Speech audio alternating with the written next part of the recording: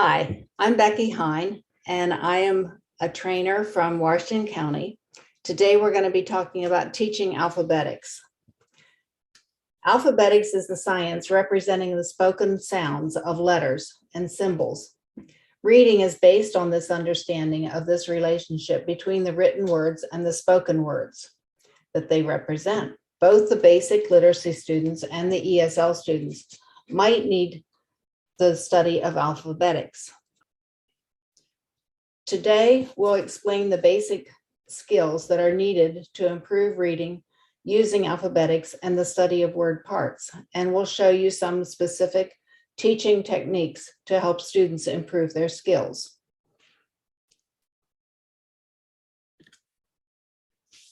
Alphabetic skills are fundamental to reading and understanding the text. A tutor will need to teach these skills to non-readers and beginning readers, whether they are ESL or basic learners. Sometimes higher level readers have missed some of those basic skills, and so they may need to teach to fill in the gaps. When we read, we use a collection of techniques to decode the written word. The list begins with using very small parts of the word to figure out the meaning and moves through other ways of decoding, ending with the broadest, which is using context clues. We'll give examples here of how to teach and use all of these. Which ones you need and want to use the most will depend on your particular student.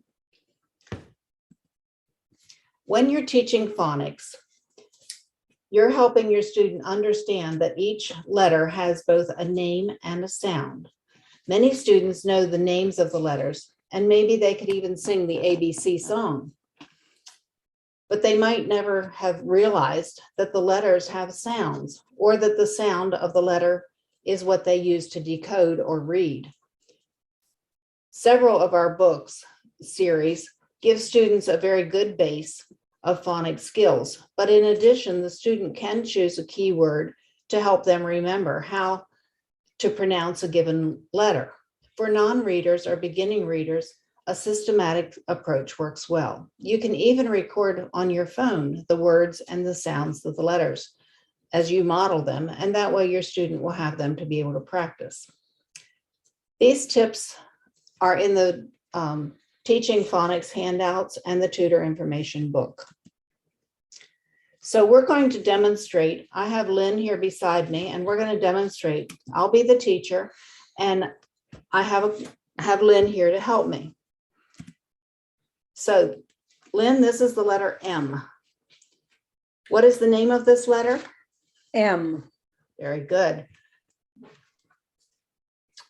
The word begins, maybe we need to find that word. There we go. This word begins with the sound that is made by the letter M. That sound is mm. What is the sound for this letter? Mm. Listen for the sound as I read each word, and then read each word after me. So, man. Man. Me. Me. Milk. Milk. Very good.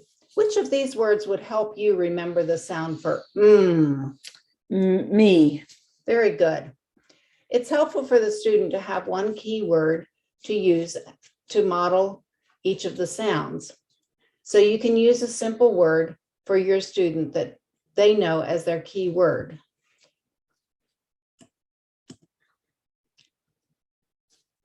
This is, you can even integrate simple grammar lessons using the capital letters, using the same process. So this is a capital M. What is the name of this letter? M. It's capital M. Say capital M. Capital M. Good. The sound of this letter is mm. What is the sound of this letter? Mm. That's just the same as it was with the little one, wasn't it? We have several words here. Mexico. Can you repeat it, please? Mexico. Maria. Maria. Maryland. Maryland. They are all names, and so that's why we use a capital M. With the lowercase m, they have the same sound. For students who don't need very much phonics practice, teaching phonics, they may stumble as necessary, using a word from a lesson.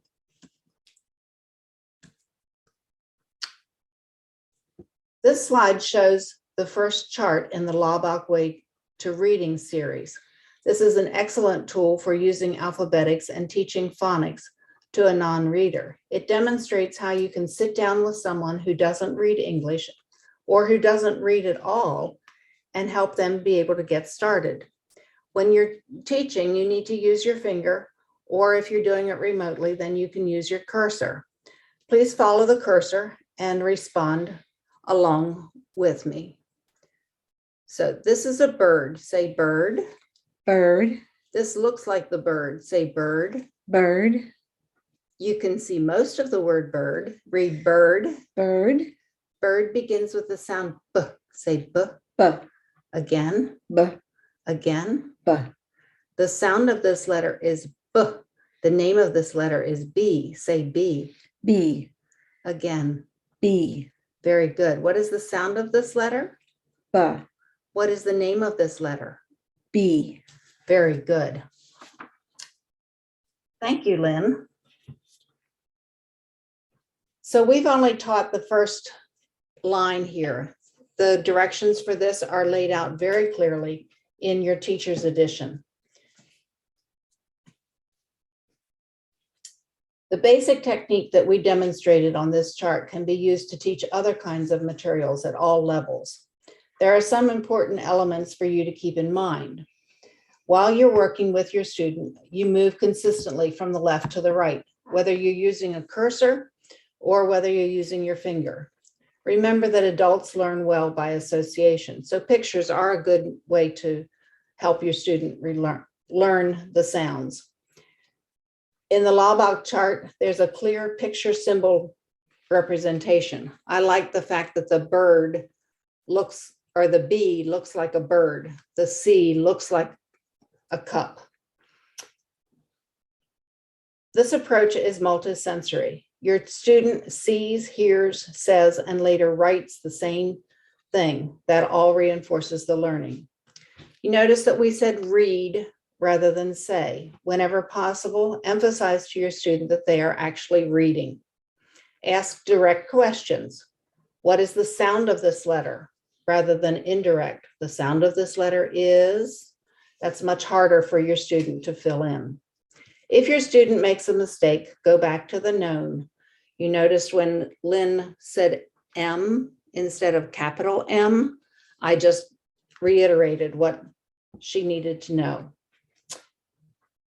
Be consistent, use the same words each time you elicit a response, and use as few words as possible. That's especially true for your ESL students, so that your student doesn't need to figure out what you are asking each time. You can demonstrate on the response instead.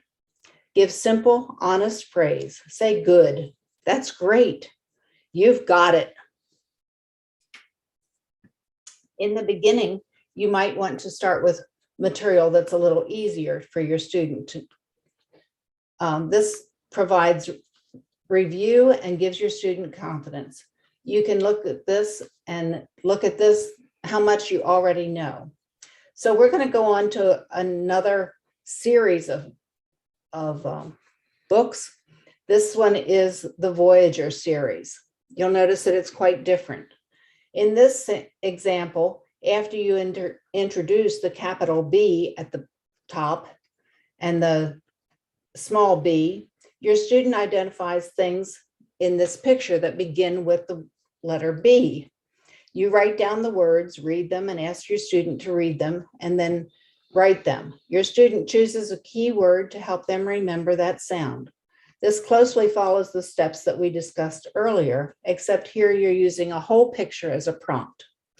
The Voyager series is appropriate to use with a student who's a bit more advanced. As you can see, the lesson is not as structured. Plus, more is covered in each lesson. Writing is emphasized, and the series is more learner-driven. For a true non-reader, the material on the previous slide from the Laubach might be better. Word patterns is a consistent letter or sound pattern that students use to identify or create new sounds. The column on the left is an example of at word families. By adding different beginning sounds, students can create many words in that family. You can also use the pattern to show the phonics principles. For example, how the silent E affects the sound of vowels. You can practice substituting different vowel sounds into the pattern to create new words. In just a couple minutes, we're going to do a short video that shows the tutor working with a student in patterns. I don't know that we're going to have sound. Have to press.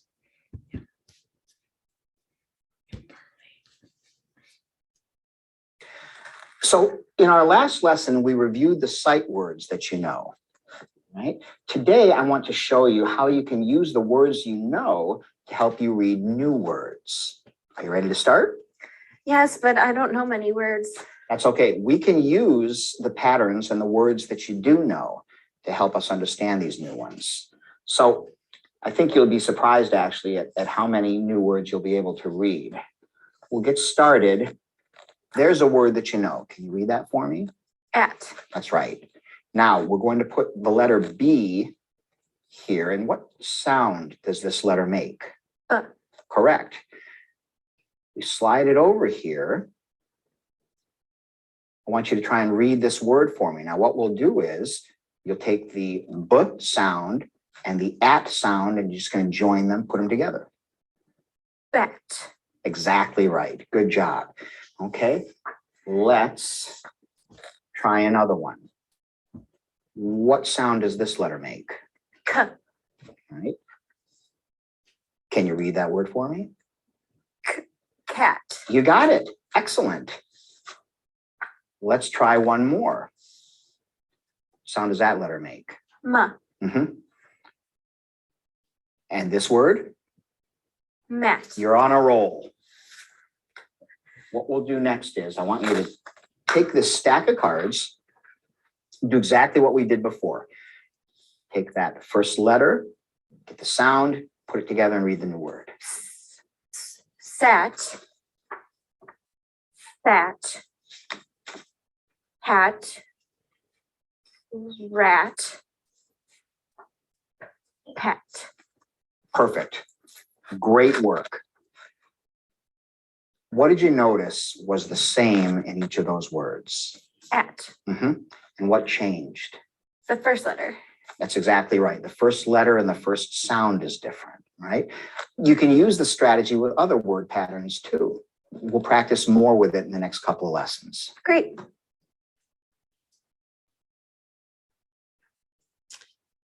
Note how the instructor instructed the student to sound out the word. He kept the sound of the word pattern at together instead of sounding out each individual letter.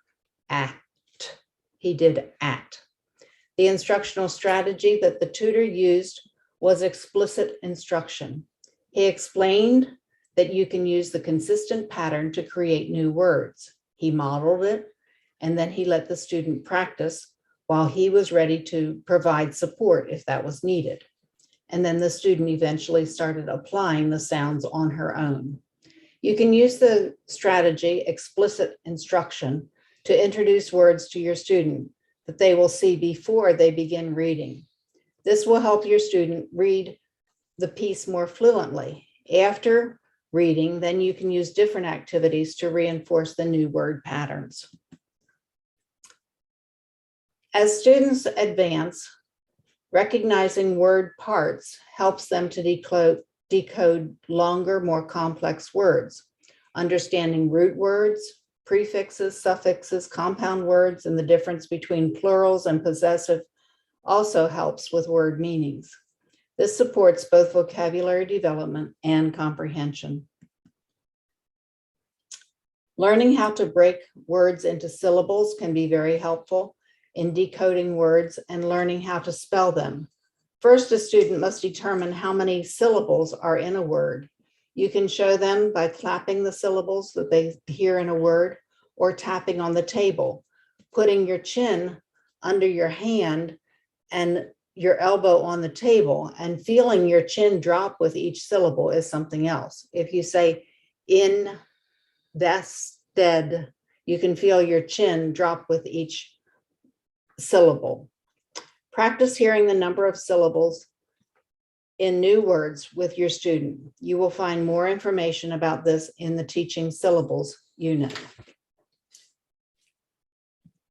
Sight words are words that are most commonly used, that readers are taught to recognize immediately when they see them. They are learned as examples.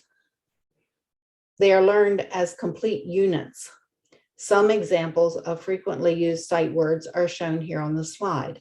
Some words cannot be easily sounded out phonetically, such as one or two, and really have to be taught as sight words.